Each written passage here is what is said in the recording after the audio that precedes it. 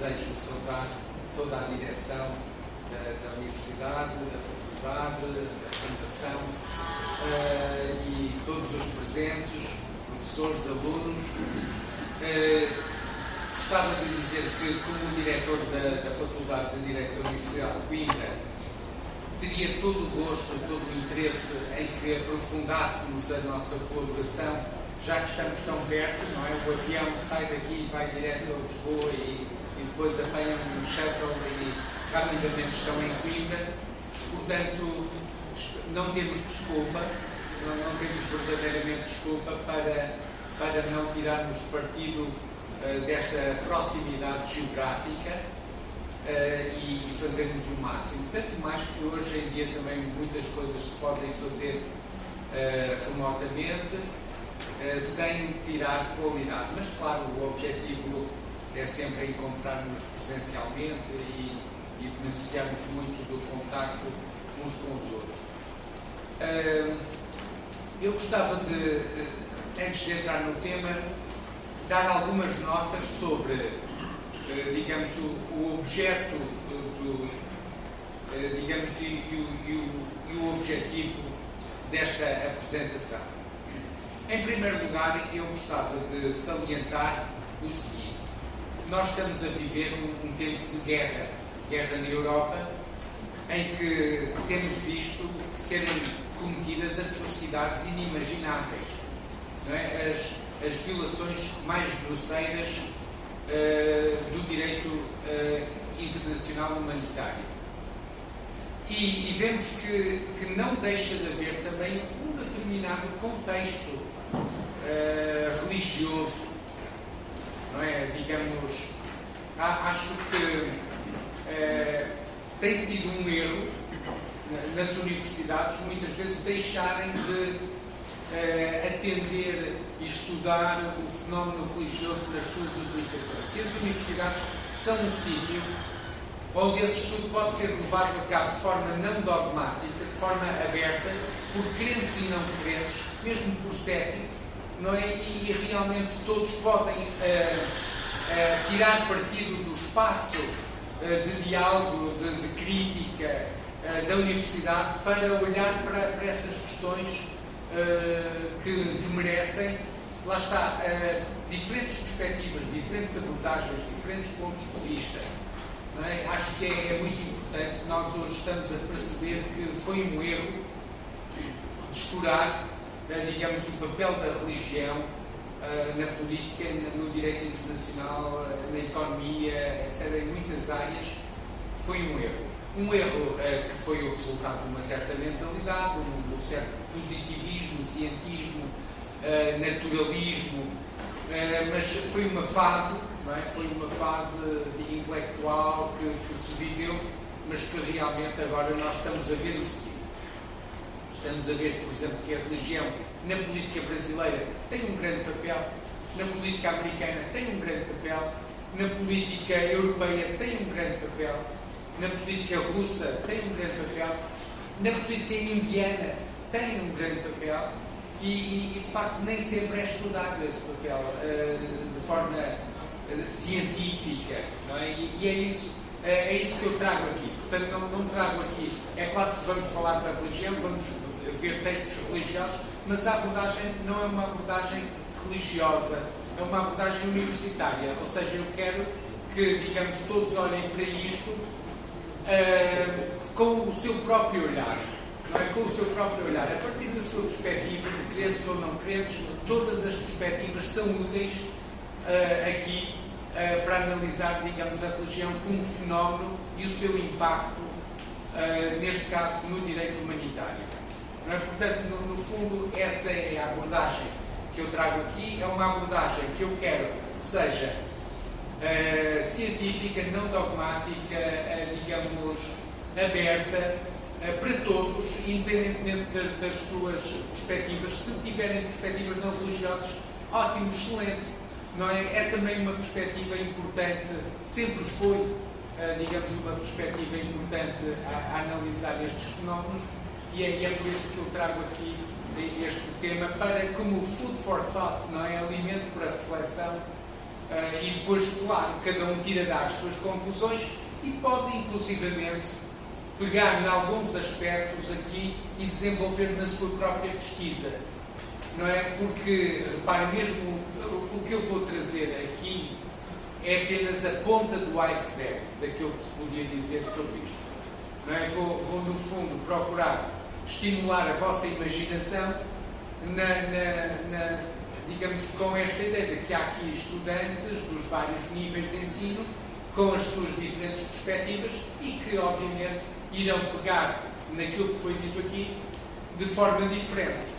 E isso é ótimo, isso é excelente e portanto, essas perspectivas são boas e também vos digo que também vos encorajo a analisar estas questões a partir da vossa perspectiva e, digamos, procurando realmente aproveitar a universidade como espaço que deveria ser de análise dos fenómenos a partir de diferentes perspectivas e com diferentes abordagens.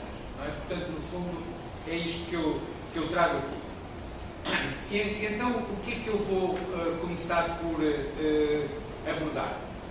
Eu vou começar aqui com algumas citações, não de uma obra religiosa, mas de uma obra que olha para a guerra de uma perspectiva, lá está, digamos, pretensamente objetiva e científica, que é aquela famosa obra de Tucídides, não é? Sobre as guerras do Peloponeso. Não é? É uma obra magistral que vale a pena ler e mastigar e digamos, realmente ruminar durante meses, se possível. Portanto, é daquelas obras que eu recomendo que se leia pausadamente, 2 ou 3 páginas por dia, durante meses, tirando notas. Não é? É uma obra muito interessante. Há aqui um aviso de Tucídides que eu acho que os russos e os ucranianos e todos aqueles que ponderam a guerra deviam atentar. Considerai quão grave pode ser uma análise errada dos efeitos de uma guerra. Quando esta se arrasta, muitos fatores correm ao sabor da sorte, sobre os quais, igualmente, nenhum dos lados tem qualquer domínio, tal como se os resultados para ambos se situassem no desconhecido.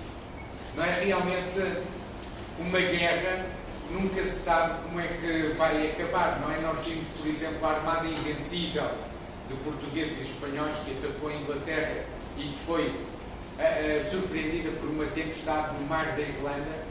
Não é? Vemos como as tropas de Napoleão foram surpreendidas pelo gelo e pela lama, digamos, quando se aproximavam na Rússia, não é? Quando se aproximavam de Moscou. Vemos como a mesma coisa aconteceu ao exército alemão e vemos o inverno vem aí e ninguém sabe o que é que vai acontecer, não é? Realmente há aqui este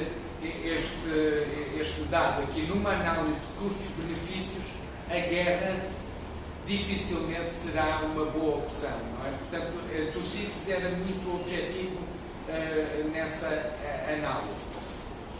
Um outro aspecto que eu acho interessante de Tucídides, mas que não o coloco aqui, é o seguinte, não é? Nós muitas vezes, por exemplo, pensamos que a guerra, que a religião é uma causa principal da guerra, mas a certa altura, no fim da sua obra, Tucídides elenca 20 e tal, mais de 20 razões pelas quais as nações entram em guerra. E curiosamente ele não fala da religião, fala de 20 e tal razões, mas a religião não está sequer no seu radar. Não é? Ali aquela guerra entre espartanos e atenienses não era propriamente uma guerra religiosa, mas era, lá está, era uma guerra que também nos dá avisos importantes sobre a situação que atualmente vivemos. Não é? Esparta resolve atacar Atenas porque percebe que Atenas está a tornar-se muito poderosa.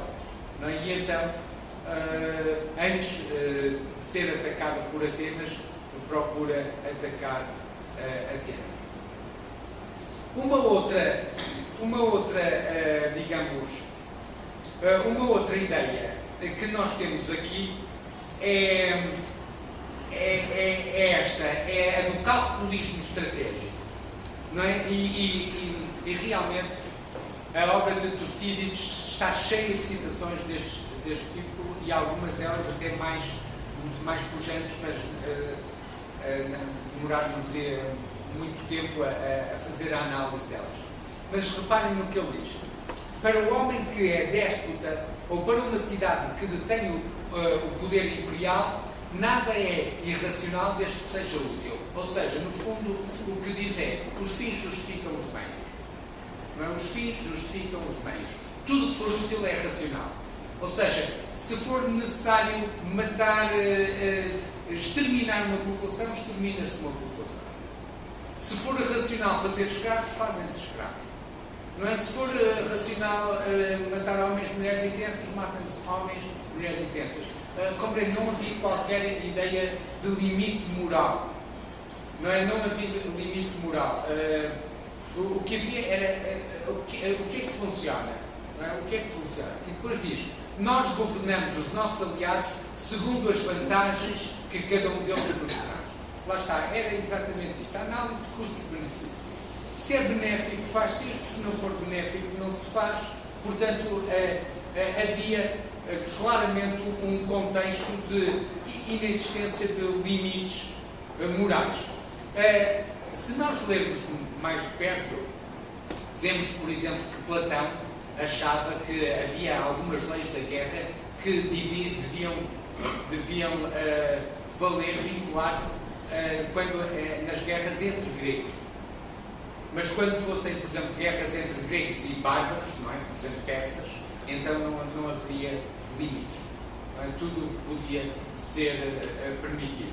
E no fundo, Cícero tem uma outra frase que eu não pus aqui, não está nesta apresentação, mas está noutras que eu faço, que é: inter armas silent leges, não é? Quando as armas falam, calam-se as leis. Não é? Era, digamos, essa a ideia aqui.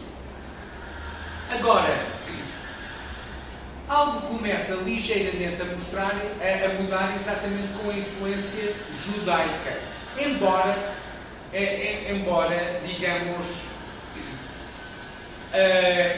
nós conhecemos aqui com esta frase de um ateu militante, não é? Richard Dawkins,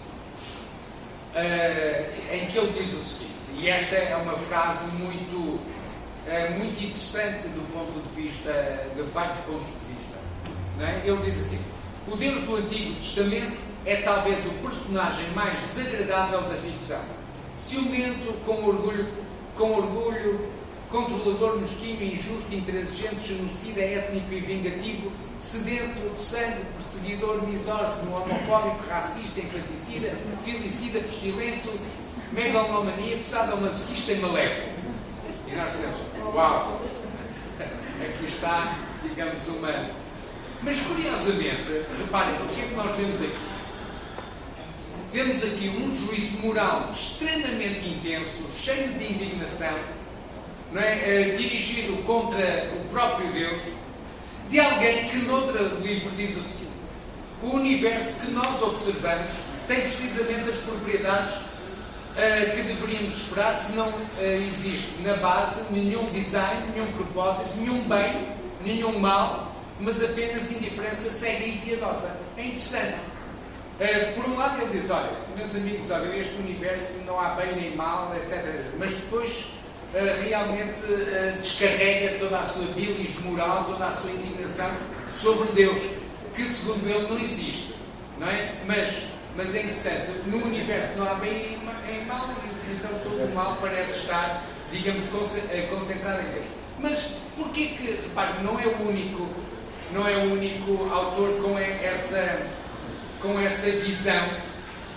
É um bocado interessante do ponto de vista teológico, não é? Porque no início do cristianismo havia um grupo chamado os marcionistas, que também tinham uma visão terrível do Velho Testamento, etc. Portanto, não deixa de reciclar algumas ideias que já andavam aí há bastante tempo. Mas, porquê que ele tem esta posição? Porque realmente, no Velho Testamento, nós temos aqui alguns textos que são difíceis, que sempre foram difíceis de acomodar para a teologia cristã. Eu vou dar aqui alguns exemplos. Na conquista da Terra Prometida, não sei se sabem, portanto, vamos falar daquele episódio que é narrado no Velho Testamento, do Êxodo, não é? Em que o povo sai do Egito, o povo judaico sai do Egito, e eu digo isto porque isto faz mais ou menos parte dos referentes culturais que todos, crentes e não crentes, têm, e portanto todos saberão pelo menos situar este episódio, digamos, na sua cultura geral. Ora bem, então reparem o que é que nós temos aqui num texto nos escritos hebreus. Diz assim, reparem, aqui estava o povo de Israel sai do Egito, vai para a Terra Prometida e realmente há aqui passagens que são difíceis de entender. Porém, das cidades destas nações que o Senhor teu Deus te dá, a herança, nenhuma coisa que tem fogo deixarás com vida. Ora, lá está. Não é? Temos aqui já uma passagem, nenhuma coisa com fogo deixarás com vida. Antes destruí-las-ás totalmente. Aos heteus, aos amorreus, aos cananeus, e aos perizeus, e aos heveus, e aos jebuseus, como te ordenou o Senhor teu Deus. Ou seja, temos aqui, de facto, instruções de extermínio total. E é aqui dada uma justificação. Não é? Diz assim, para que não vos ensine a fazer conforme todas as suas abominações que fizeram aos seus deuses e pequeis contra o Senhor vosso Deus. E depois então tem aqui algumas normas sobre as árvores, o que é que deve ser abatido, o que é que deve ser poupado, mas lá está.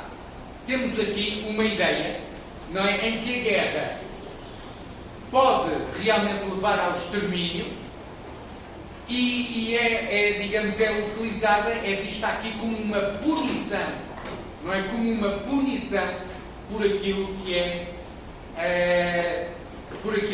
esses povos alegadamente teriam feito, não é? Portanto, o que é que nós vemos aqui? Temos aqui a ideia de uma guerra total punitiva. Não é? E lá está. É por isso que Richard Dawkins tem dificuldade, e não só ele, muitos têm tido dificuldade em compreender como é que isto é possível. Não é? Lá está. Mas há aqui pelo menos uma ideia de quê? De que a guerra, no Antigo Testamento, já trazia aqui uma ideia punitiva, ou seja, não era necessariamente só uma guerra de conquista, mas tinha, digamos, uma guerra, uma versão, uma intenção punitiva. Depois diz assim, o juízo de Deus sobre os cananitas, lá está, e reparem, isto independentemente de se crer em Deus ou não, reparem, isto não é relevante para aqui, mas é para nós vermos aqui do ponto de vista das ideias políticas e jurídicas e da história das ideias, como é que as coisas vão evoluir. Aqui o texto diz o seguinte, Deus diz a Israel, neste texto, não é por causa da tua justiça nem pela retidão do teu coração que entras a possuir a terra, mas pela impiedade destas nações,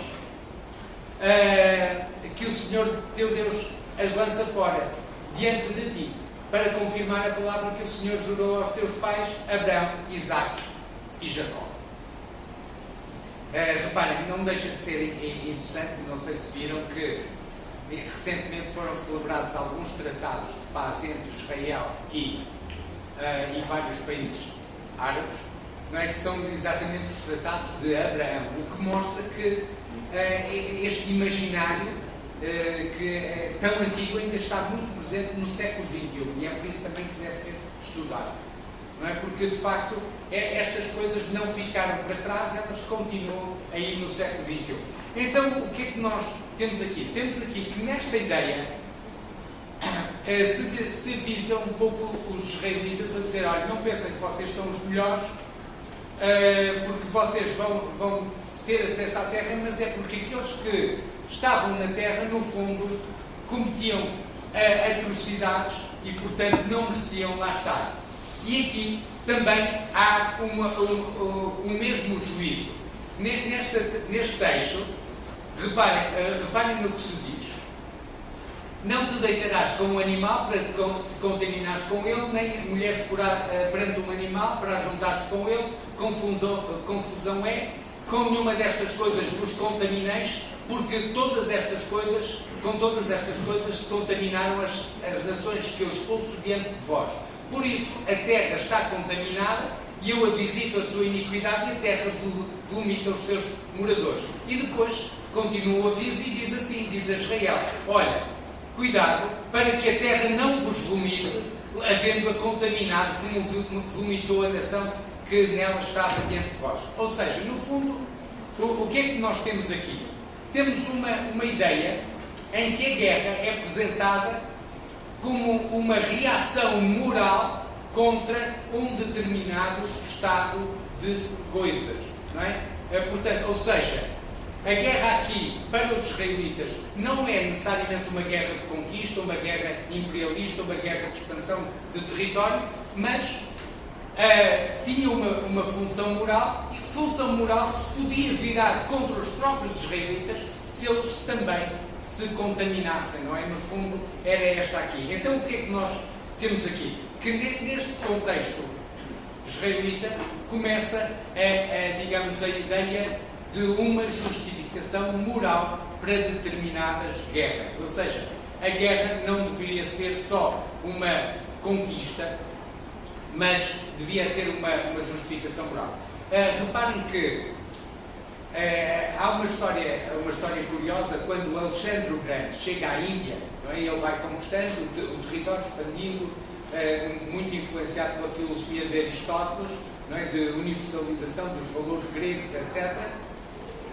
Alexandre o Grande, que foi discípulo de Aristóteles, chega à Índia e há uma história que diz que ele se reuniu com alguns filósofos indianos que lhe perguntaram assim, mas porquê que tu tens essa preocupação de conquistar tanto terreno, tantas áreas, tantos povos, tantas nações, quando tu vais morrer e só precisas de um bocadinho de terra? E diz-se que Alexandre o Grande achou muito interessante essa ideia, mas continuou as suas conquistas sem querer saber dessa ideia. No Velho Testamento temos aqui ainda uns casos de guerra declarada por Deus por exemplo, a vários povos. Os Amalequitas, não é? A certa altura diz-se, olha, vocês vão lá, conquistam os Amalequitas. E aqui também é dada uma justificação moral. Qual é a justificação moral que é dada para o ataque aos Amalequitas? É que quando os israelitas estavam cansados, tinham estado no deserto, estavam a chegar a Canaã, os Amalequitas tinham-se aproveitado dessa situação de fraqueza e tinham realmente atacado, não é? Diz assim, lembra-te do que te fez Amaleque no caminho quando saías do Egito, como te saiu ao encontro no caminho e feriu na tua retaguarda todos os fracos que iam atrás de ti, estando tu cansado e afadigado. Ou seja, reparem, nós estávamos naquela época, não havia Nações Unidas, não havia Conselho de Segurança, não havia exércitos, não havia nada. O que é que havia? Havia povos que muitas vezes se atacavam mutuamente e, portanto, aqui o que nós vemos a formar-se paulatinamente, exatamente na mentalidade israelita, é exatamente a ideia de que a guerra, a existir, tem que ter uma justificação moral qualquer. Não é? Tem de ser um fundamento moral. Não pode ser só uma guerra porque sim. Não é? Isso é de facto uma visão que nós vamos encontrar em algumas linhas de pensamento, por exemplo, mesmo na linha maquiavélica de pensamento em Nicolau Maquiavel, a guerra surge como uma forma normal de promover a razão de Estado. Não é? Mas aqui o que se diz é que a guerra tem que ter, de alguma forma, um fundamento moral. Tem que ter alguma ideia de guerra justa, neste sentido. Tem que haver um fundamento moral e um limite moral, digamos, para a guerra. Lá está. E aqui nós vemos também, mais relativamente aos midianitas, não é? Digamos, a certa altura justifica-se a guerra contra os midianitas, e diz-se que também é um castigo de Deus contra os midianitas, não é? E no fundo diz aqui, Israel deteve-se em Sitim e o povo começou a prostituir-se com as filhas dos moabitas. Elas convidaram o povo aos sacrifícios dos deuses, o povo comeu, inclinou-se aos seus deuses, etc. E no fundo começa-se a ver aqui que em todas estas guerras há pelo menos indícios de uma justificação moral, embora, como eu disse, não havia direito humanitário propriamente, não havia leis da guerra, não havia, como eu disse, instituições que pudessem, tribunais internacionais, não havia, e portanto realmente o que havia era procurar muitas vezes um fundamento moral para a guerra, e de facto, digamos, era isso que ia aparecendo aqui. Uma outra coisa que se nota é já no antigo, digamos, na Bíblia hebraica, uma tentativa de não fazer guerra sem primeiro tentar a paz. Não é? Diz assim: quando te chegares a alguma cidade para combatê-la, apregoar-lhe-ás a paz. E será que, se te responder em paz e te abrir as portas, todo o povo que se achar nela te será tributário e te servirá. Porém, se não fizer paz contigo, mas antes de fizer guerra, então assitiarás. Não é? E o Senhor teu Deus te dará na tua mão, e todo o homem que houver nele passarás ao fio da espada, etc. E continua assim. Realmente não havia, como eu disse, grandes limites, mas havia pelo menos já esta ideia. Olha, há já aqui, digamos, um princípio, um proto-princípio de guerra como última rácio, não é? Ou seja, há aqui reparem, no capítulo 6 da Carta das Nações Unidas há a resolução pacífica de conflitos. Se não funcionar, então parte-se para o capítulo 7 e para as medidas mais graves. E já vemos aqui um pouco a raiz desta ideia, não é? Primeiro tenta-se a resolução pacífica de conflitos e, então, se não for possível, então vai-se para o conflito. Mas lá está, temos aqui esta primeira ideia de os israelitas a fazerem guerra contra os outros povos, mas depois também temos o reverso. Temos que os outros povos a fazerem guerra contra Israel, também para exercerem o juízo de Deus sobre Israel. Não é? Também vemos esta ideia, vemos estas duas ideias no Velho Testamento. Não é? E há sempre esta ideia de que há limites morais